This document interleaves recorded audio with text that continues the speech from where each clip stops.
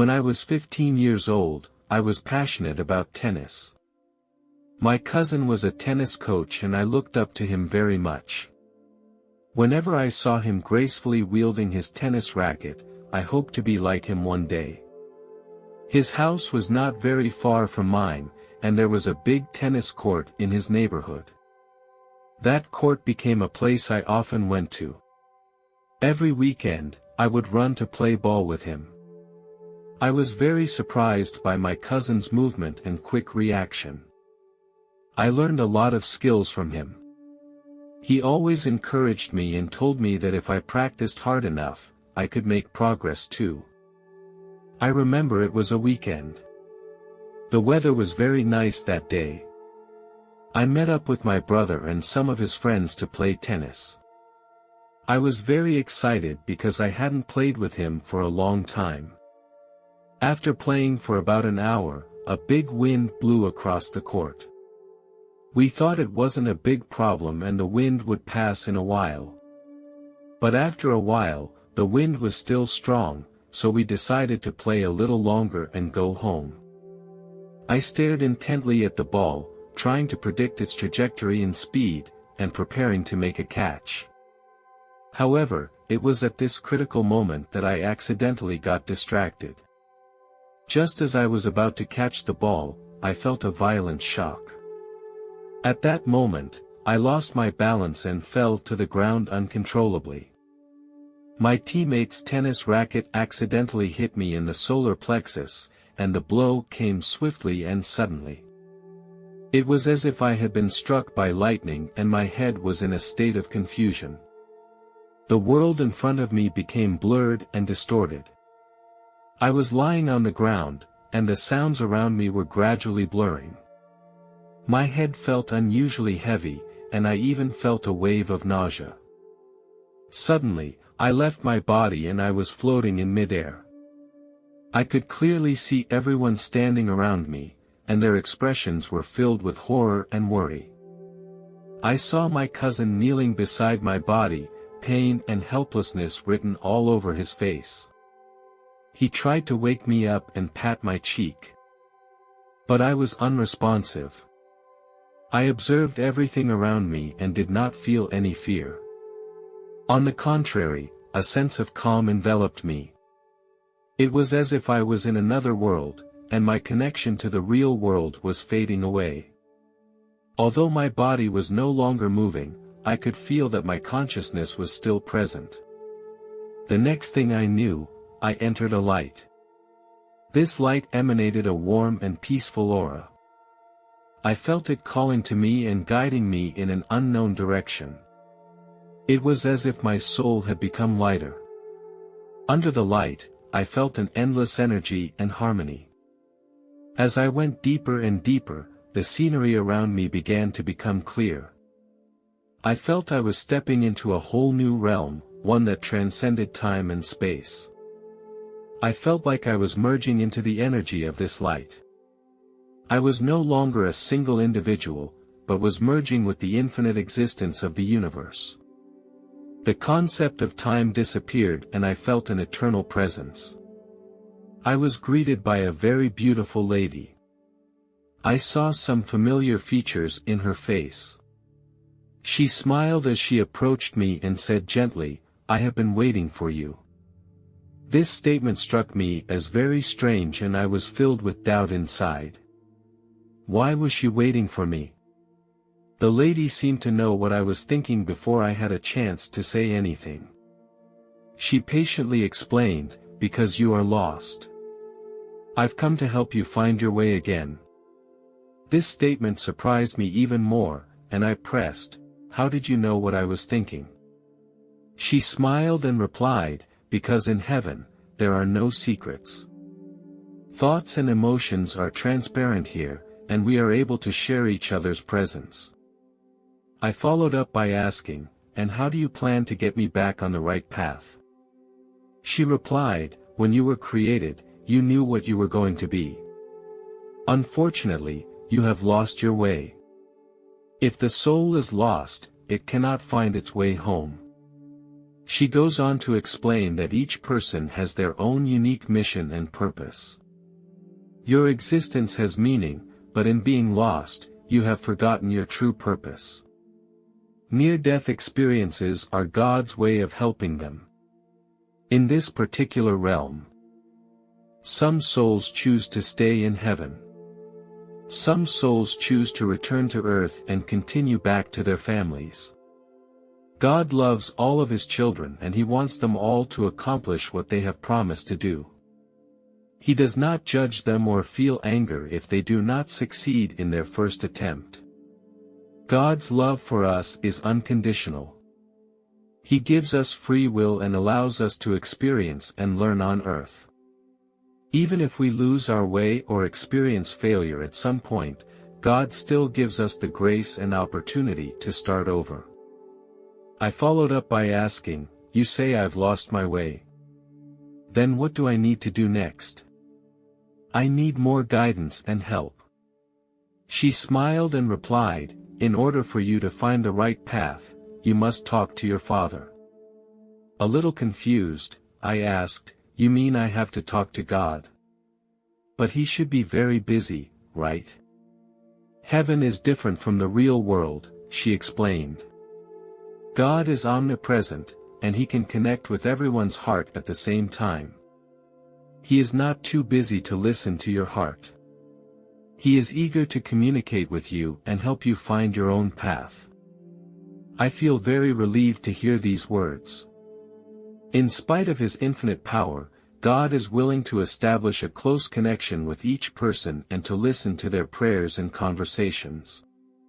Under her guidance, we came to a huge throne. The throne exuded an aura of majesty and holiness. The throne was magnificent, studded with precious stones and jewels, which shone brightly. The armrests of the throne were carved with exquisite designs. Behind the throne was a magnificent sight, as if it were a miniature of the entire universe. Although I could not see the image of God, I could clearly hear His voice. The voice seemed to be the chorus of millions of angels, full of love and power. God called out my name. It was as if I had returned to my true home. I was surprised to realize that God knew my name and that He was concerned about my existence. God asked me, "Do you remember what we discussed earlier?" Confused, I replied, "Father, I forgot, I don't remember ever talking to you." This made me feel a twinge of shame. Suddenly, a bright light shone on me and touched me deep inside. My memory began to come back gradually, and I recalled the events of the past. I had dreamed of becoming a tennis player, and I put a lot of effort into it.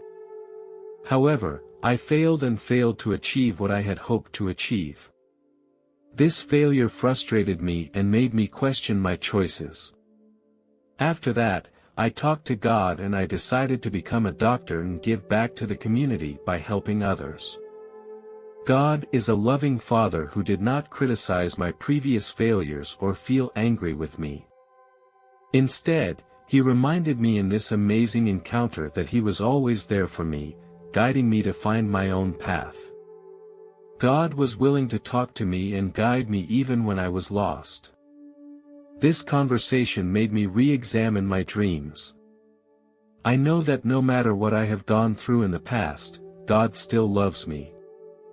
I went on to say, "I know what I should do now. I'm ready to go back." My voice was full of determination and resolve. God gently replied, "I will give you another chance. If you feel that this life is a failure now, you can also stay. You can try to return to earth again later."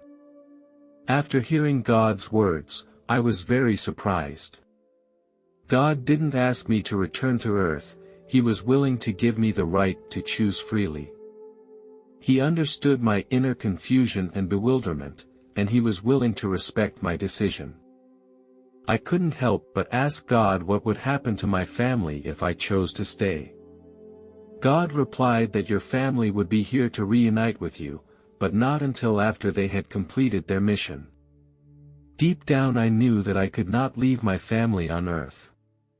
I expressed my decision to God, Father, and I was sorry that I could not leave my family on earth. God said, "Then here's the deal, there will be a place for you in heaven when you finish your mission. I look forward to your return." His voice was full of anticipation and made me feel his understanding and encouragement. The lady next to me asked me, "Are you ready to go back?" I nodded and replied, "Yes, ma'am. I am ready." Then, she smiled and said, "One more thing before you go, would you give my regards to your father?" This surprised and confused me, and I hastily asked, "How do you know my father?" She didn't answer my question directly. She said that there are some things beyond the limits of time and space, and that our meeting was not by chance. I felt more confused by her words and my heart was filled with curiosity. I sensed a special connection between her presence and mine. When I opened my eyes again, I appeared in the hospital. I was surrounded by a group of medical staff, who were busy working. I also saw my mother. She had been crying, and when she saw me reawaken, her expression became much calmer. I looked over at my mom and she was holding my hand tightly with concern and love in her eyes. I eagerly asked the medical staff around me, "What happened? How did I get here?" The paramedic approached me and she said softly, "It's okay, you're going to be fine. You have just experienced an accident and we are doing our best to provide you with treatment." My father also came into the room when he heard that I was awake. I said to my father, "A lady in heaven asked me to say hello to you." The people around me looked at me with strange eyes. When I got home, my father took me to sit on the couch with a hint of curiosity on his face. He said to me gently, "Son, I would like to hear more details about that lady.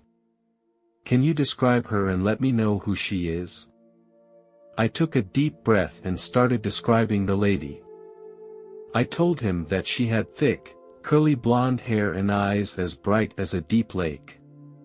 Her smile was full of warmth. I tried to remember every detail of the lady and described her as clearly as possible to my father. My father listened quietly, and an expression of disbelief gradually appeared on his face.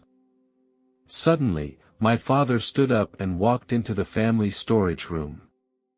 I followed him curiously, wondering what he was up to. He found a very old book. Then he took out a picture from it. I looked carefully at the woman in the photo. She had gentle eyes and a sweet smile. And I felt a familiar closeness.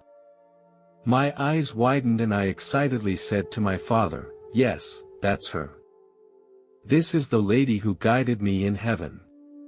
He explained that she was your grandmother, my mother. She left us before you were born. I was blown away by the fact that I couldn't understand why I was meeting her and that she looked so young and beautiful. We sat together and my father shared with me his memories of my grandmother as he described her kindness and wisdom.